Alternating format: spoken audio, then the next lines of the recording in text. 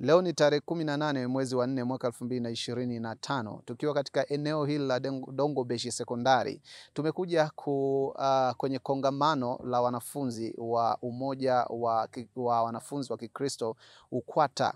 Leo wakiwa wana kongamano kubwa la Insta Conference kuelekea siku ya Pasaka. So tutaona mambo mengi ambayo yatakaojiri katika eneo hili, ikiwemo masomo mbalimbali wanafunzi wanaofundishwa siku ya leo. Na mgeni rasmi katika tukio hili siku ya leo ni Baba Askofu Nicholas Sanganzelo, askofu wa KKKT Diocese ya Mbulu au mkoa wa Mbulu, tunaweza tukasema hivyo. Na kuongozea mambo yote haya niite Mr. Kamtz ambaye tutakuletea yote yanayojiri katika eneo hili kuanzia siku ya kwanza mpaka siku ya mwisho. Endelea kuwa nasi kuweza kujua yanayoendelea, yanayojiri katika Insta Conference mwaka 2025. Niangalieni mimi mkaokolewe, enyi ncha za dunia, maana mimi ni Mungu, hapana mwingine. Amina. Bwana Yesu asifiwe. Hili ndio neno kuu la UKWATA ambalo limechaguliwa na viongozi wetu liweze kutumika mwaka huu. Ndio maana nabii Isaya kwa nguvu ya Roho Mtakatifu na kwa ufunuo wa Mungu anapopewa ujumbe huu akiwapelekea wanadamu wa wakati ule na wa wakati wetu, sauti ya Mungu inamwambia mwanadamu, niangalieni mimi. Au Biblia ya Kiingereza inasema geukeni mkaniangalie mimi ili mpate kuokolewa. Sababu ya Yesu kuangikwa msalabani ni ili watu wamwangalie Yesu. Mungu yeye ni wa huruma, kama Biblia inavyosema. Mungu ni wa huruma. Mungu ni wa upendo. Bado Mungu anatoa nafasi kwa mwanadamu kuokolewa. Alitoa nafasi kwa wale wa zamani waliotangulia ambao sasa hawapo duniani. Ametoa nafasi kwa watu wazima walioko sasa na wazee, lakini anatoa nafasi hata kwa ninyi vijana mlioko shuleni. Bado Mungu anatoa nafasi.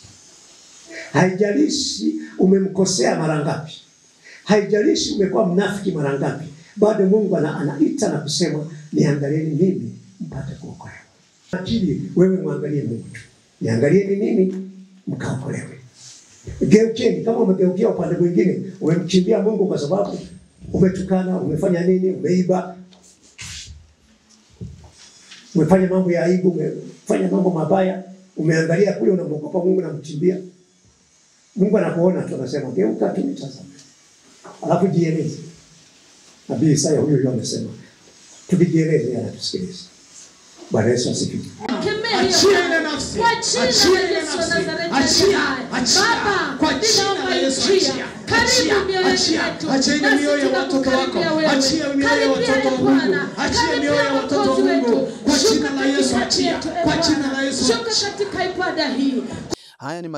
Haya ni mahojiano maalum ambao tunakwenda kuzungumza na mmoja ya waandaaji wa kongamano hili au Insta Conference ya mwaka 2025 katika eneo hili la Dongobeshi Sekondari, mkoa wa Mbulu. Nikisema mkoa wa Mbulu usishtuke, kwa sababu tunaposema mkoa wa Mbulu tunamaanisha kwamba ni mkoa wa Mbulu kiUKWATA. Kwa hiyo ifahamike hivyo, na wengi wao wanajiuliza hivyo, lakini kwa maana hiyo basi tuelewe tu kwamba mkoa wa Mbulu kwa maana ya UKWATA, kwa maana ya jumuiya hizi, na pia kanisa kwa kanisa la KKKT Diocese ya Mbulu wanaita mkoa wa Mbulu. Sasa tunakwenda kuzungumza na mmoja ya mlezi wa wanafunzi hawa, atueleze kiundani namna ambavyo walivyoandaa kongamano hili la Insta Conference mwaka huu, na masomo pia yanayofundishwa, na nini maana kilichobebwa katika conference hii. Asante sana. Ndio. Kwanza tukutambue nani, lakini pia utuelezee kuhusiana na issue hii ya kuelekea Pasaka. Asante. Kwa jina naitwa Mwalimu Ernest Zakaria Dira, ni mwalimu mlezi wa UKWATA mkoa wa Mbulu.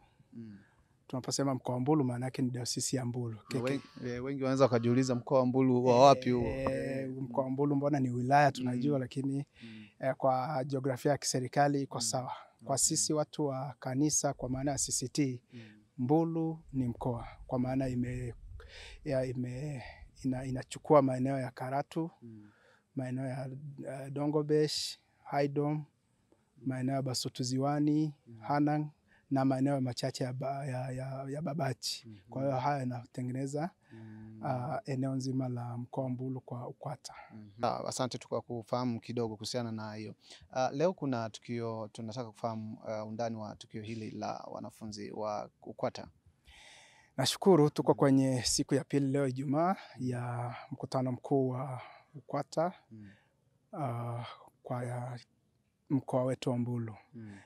Tulianza jana jioni kwa ufunguzi wa Alhamisi Kuu na leo tumeingia Ijumaa Kuu. Kwa hiyo bado tunaendelea na Easter Conference kwa maana mkutano mkuu wa Pasaka wa UKWATA katika mkoa wetu wa Mbulu. Na tumefanya mkutano mkuu huu Dongobeshi kwa maana kwanza ni center. Ukichukulia kuna Haydom, Mbulu, Basutu, Hanang. Kwa hiyo hapa ni center. Ndio maana kwanza tumefanyia hapa ni center. Lakini la pili, uwezekano wa kuhudhuria kwa wanafunzi wengi. Hapa tuna takriban wanafunzi 500 na kuendelea ambao wameshafika na wanaendelea na semina hizi.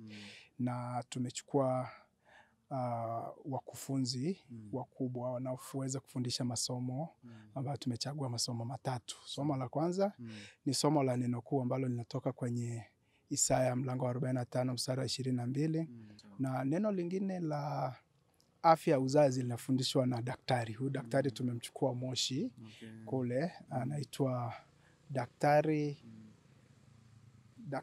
Marco Diame. Wapi? Ametokea Moshi, Kilimanjaro. Kwa hiyo na tumelichukua hilo somo makusudi kwa sababu afya ya uzazi sasa hivi imekuwa changamoto hasa kwa vijana wetu wa kike na wa kiume. Kwamba ni vijana wadogo lakini unaona wameanza tabia fulani ya utu uzima mapema. Sasa tunaamini tukafundisha mapema hii, tukawaambia madhara ya kuingia kwenye mapenzi katika umri mdogo, madhara yake nini, tutawaambia hayo. Lakini wasubiri kwanza zile ndoto zao ambazo wanazitazamia wao wenyewe, lakini na jamii, lakini na wazazi wao, kwamba anapokuwa shuleni kuna watu wanategemea kwamba huyu kijana anapoingia shuleni siku moja atarudi kuwa mtu fulani. Sasa huyu kijana tukimfundisha vizuri mambo ya uzazi, afya ya uzazi na madhara yake, na asubiri mpaka anapokuwa mtu mzima, tutakuwa na taifa ambalo ni nzuri, taifa la kumtegemea Mungu, lenye hofu ya Mungu, lakini taifa bora. Kuna changamoto yoyote pengine labda wazazi wanasemaje kuhusiana na hili?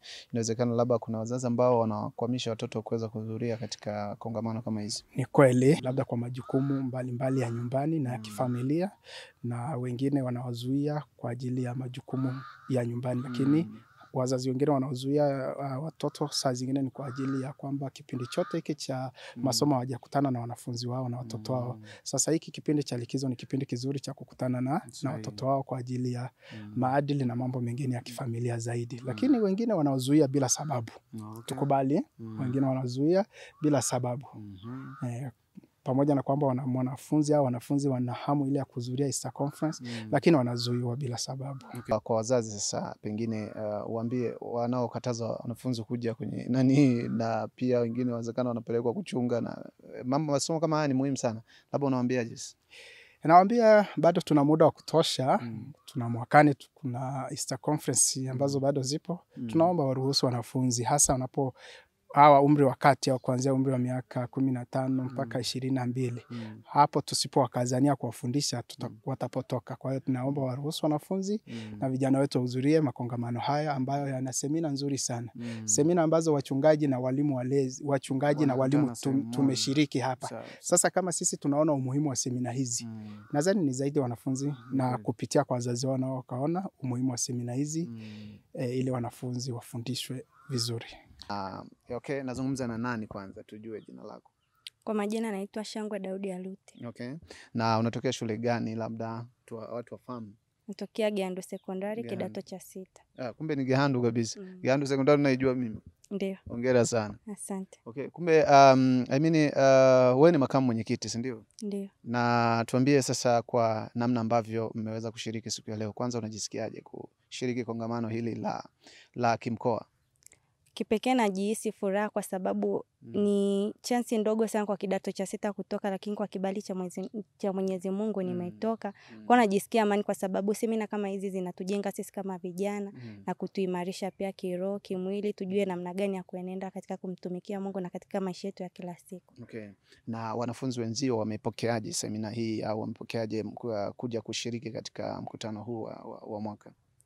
Sema la kweli wanafunzi wamepokea vizuri kwa sababu mpaka saa hizi tumepokea wanafunzi takriban 500 na kuendelea na bado wanaendelea kuja. Kwa hiyo inaonyesha ni jinsi gani wanafurahia Easter Conference kutokana na masomo tunayofundishwa na pia yanasaidia kukuza akili zao pamoja na mawazo yao pia. Pengine masomo ambayo mnafundishwa hapa, mnafundishwa kwenye Insta, yanawasaidiaje sasa nyinyi kama nyinyi? Masomo tunayofundishwa kwanza kabisa yanatujenga sisi kiimani.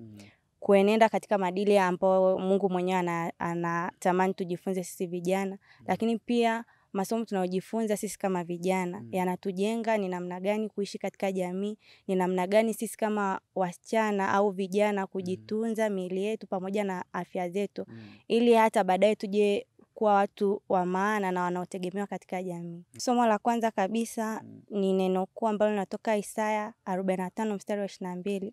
Linasema, niangalieni mimi mkaokolewe, kwamba Mungu anatuhimiza tusitazame kwenda labda kwa waganga au kutegemea binadamu wenzetu tunapokutana na shida, ila tumgeukie yeye kwa kuwa ni mweza kila kitu na anajua kile ambacho napitia, ila nasubiri tu niombe kwa imani ili anipatie. Kwa hiyo najifunza kwamba nikimtegemea Mungu na kumtazama yeye, nitavuka hata katika masomo yetu, tutavuka hata katika majaribu ambayo tunapitia. Okay.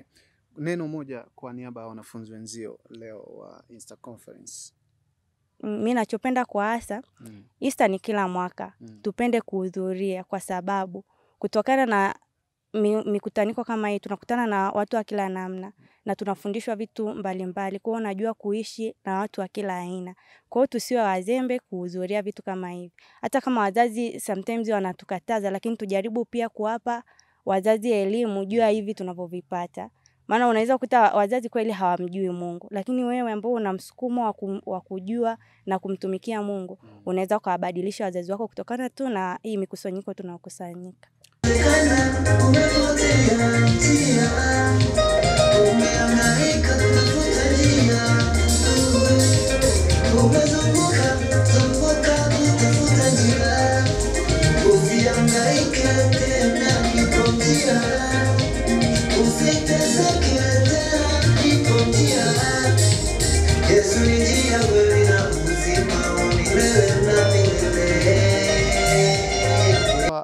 Tumeweza kushuhudia aliyetoa masomo siku ya leo ni mgeni rasmi Baba Askofu Nicholas Sanganzelu, ambapo ameelezea namna ambavyo somo la mwaka huu Isaya 45 mstari wa 22, ambapo umeona jinsi ambavyo ameweza kuelimisha wanafunzi hawa. Kwa hiyo ni jambo zuri na la kuigwa kutoka katika jamii ya Kitanzania, na ili wanafunzi waweze kupata elimu ya kiroho na kimwili. Hivyo mnahimizwa wazazi, ndugu, jamaa na marafiki muweze kuwa na imani na watoto wanapokuja katika kusoma katika makongamano kama haya. Langu jina naitwa Mr. Cam TZ, ambaye nimekuongozea jambo hili mwanzo mpaka mwisho. Utakuwa na mimi siku hadi ya mwisho kukuletea yote yanayojiri katika eneo hili.